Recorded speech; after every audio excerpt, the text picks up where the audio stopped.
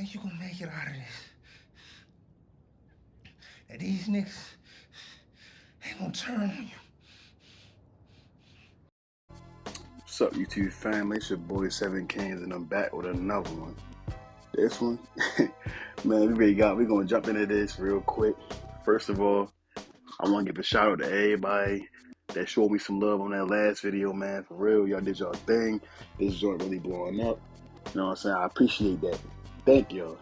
For those that was watching, man, make sure y'all subscribe, man. Hit post notifications so y'all know when I'm dropping.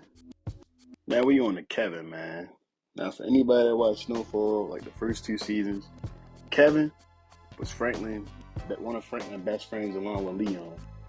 To me, he always struck me off as somebody who was like strong-willed, for real. You know, one of them ones, really, really family-oriented, cousin or not, didn't matter. But specifically, we're gonna be talking about why Kevin betrayed Franklin in the first place, and we're gonna jump into that. So, if y'all know, he had some cousins that was pitching out there in the essays territory for real, and they was warned once. You know, they was warned by the essays themselves, Franklin and Jerome and them. You know, but they didn't take heed. They didn't listen to the warning, and they went back out there pitching and trying, you know, and some shit happened. And Kev's cousin Delroy ended up losing his life along with his homie Victor. You know, and in Kevin's mind, you know, this is family, so, you know, he was telling Franklin, basically, you know, we gotta hit back, you know, send a message, we gotta. Franklin, then the businessman that he is, you know, he thought it through, and he weighed all the outcomes. He thought it through, rather, and he had come to a conclusion that, number one, that his people was warned to not be out there pitching in the essays territory. So it was unfortunate that they had to lose their life, but that's that consequence that you got to live with in the game. 2, he would outright tell Kevin, you know, what the combo was about. You know, ultimately we know, you know, they was trying to get the recipe, that rock recipe from Franklin, but Franklin wasn't budging, you know.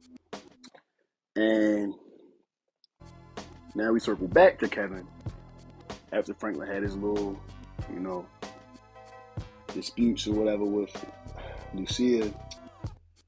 We understand and know that Kevin eventually would betray Franklin by going behind their back, selling a recipe in exchange for the man who killed his peoples. Now, we know this was a big mistake on Kevin's behalf because, I mean, I think Franklin would have handled it. You know, I think he would have. But Kevin, like I said earlier, being a family-oriented person that he is, he's also impatient. So, yes, he betrayed Franklin by giving away that recipe, which led to probably one of the saddest moments in the entire show, i.e., Franklin having to shoot one of his best homies. But before Kevin was shot, you know, Franklin pleaded with him multiple times, where Kevin just outright denying everything. You know, he just stopped believing in Franklin and all his dreams and hopes with them in this game together, and decided to let off some shots, with Franklin pretty much having to do what he had to do. But before he even let the shots off, he would tell Franklin that he wasn't built for this. And that's what this is going to really be about. You know, I just had to give a brief description on the whole Kevin situation. And I believe he was wrong in that regard. He was wrong in that regard because, come on now, as we see as the seasons roll on, Franklin just became a fucking, this man was just cold-hearted, man. That's the best way to describe it, man. We see in season 3, he ain't afraid to take a life. You know, he shot one of his soldiers for apparently having the cookhouse robbed in front of everybody else. He ended up shooting the man who practically raised him, you know, and Andre. And season 4, he ended up killing, you know, we see what he did, you know, season 4. But pretty much, I'm not talking about season 4 because I mean, technically, that was his way of trying to get back on his feet after what happened in season 3. But my point is, Franklin was all the way built for this. You know what I'm saying? To me, I don't think like what I believe. He ended up becoming a man who just idolized money, you know. And as long as his money wasn't in danger, he wasn't tripping about nothing, you know. And frankly, as long as his money was rolling in, his money was good, he was fine. But the moment his money felt in danger, as he told Franklin and Louis, as he told Jerome and Louis, sorry about that, he will not hesitate to protect what's his, i.e. his money, you know. And obviously, they showed in the later seasons, man. We see the exchange that the Franklin went through towards the later half of season 5, the entire season 6, minus, you know, yeah. But that's enough on the whole Franklin Kevin thing. We about to hop into this next chapter for real, man. So now we on the Manboy, and for all my real Snowfall fans out there, you can't tell me that he wasn't one of your favorite characters when he first debuted, because he definitely was one of mine, you know. But he was one of mine for a specific reason. You know, he had an ambition that almost rivaled that of Franklin's in terms of getting all his money, having that control. But for Manboy, I think that secretly he idolized Franklin in the way he could think, diffuse situations, manipulate a situation to work in his favor, his organization, how he had certain people playing certain roles. You know, he wanted that for himself. You know, he ran the whole company. That was his. But the real, you know, another reason why I like Manboy, because it has a lot to do with, boy, with a lot of hindsight. You know, he had the hindsight to think ahead, or foresight rather, to think ahead and predict what was going to happen to Franklin. And shit, he was right. He you know, before his, you know, with his dying breath, he ended up telling Franklin, man, you think you're gonna make this out alive? Sorry about that.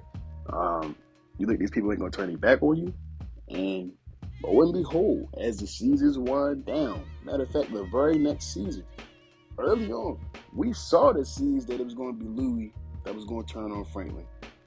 Well, not turn on him, but, you know, in some way turn on him. Like, you know, she did. And her going behind Franklin's back to get the plug. You know, Jerome, I think, was the pretty much man left out in the left field, because he was the one that had to choose between blood and family. You know, he ended up telling Louis on their wedding date he wasn't going to war with his own blood over this. But we all know that's what ended up causing his own life. And that for Leon, you know, this is probably controversial, but yes, I believe in the way he did turn his back on Franklin. But I think in Leon's way, he had to. You know, yeah, Franklin lost all his money. We know this. He lost his opportunity to get his money. You know, and he missed out on a major investment that would have paid him out. All he needed was some money from Leon. And he went to Leon in his own spot, threatened Leon, because Leon wasn't giving any money. Then we know about his mother. His own mother betrayed him by taking away his last effort to get those lost funds, those stolen funds. And Franklin ended up becoming something that he feared the most. He became his dad, you know, a drunk, an alcoholic, a bum, you know. That's the one thing he feared most, more than other than death. Well, shit, more than death if you ask me. All right, y'all. It's been a pleasure. Thanks y'all for tuning in. Really appreciate it, man. I mean, remember to leave a comment, like, share, subscribe. You know, thank y'all again for the love y'all showed me last time. You know, I don't know what to say. I was real happy about that video. You know what I'm saying? Stay blessed. And yeah, it's your boy Separate Kings, and I'm out.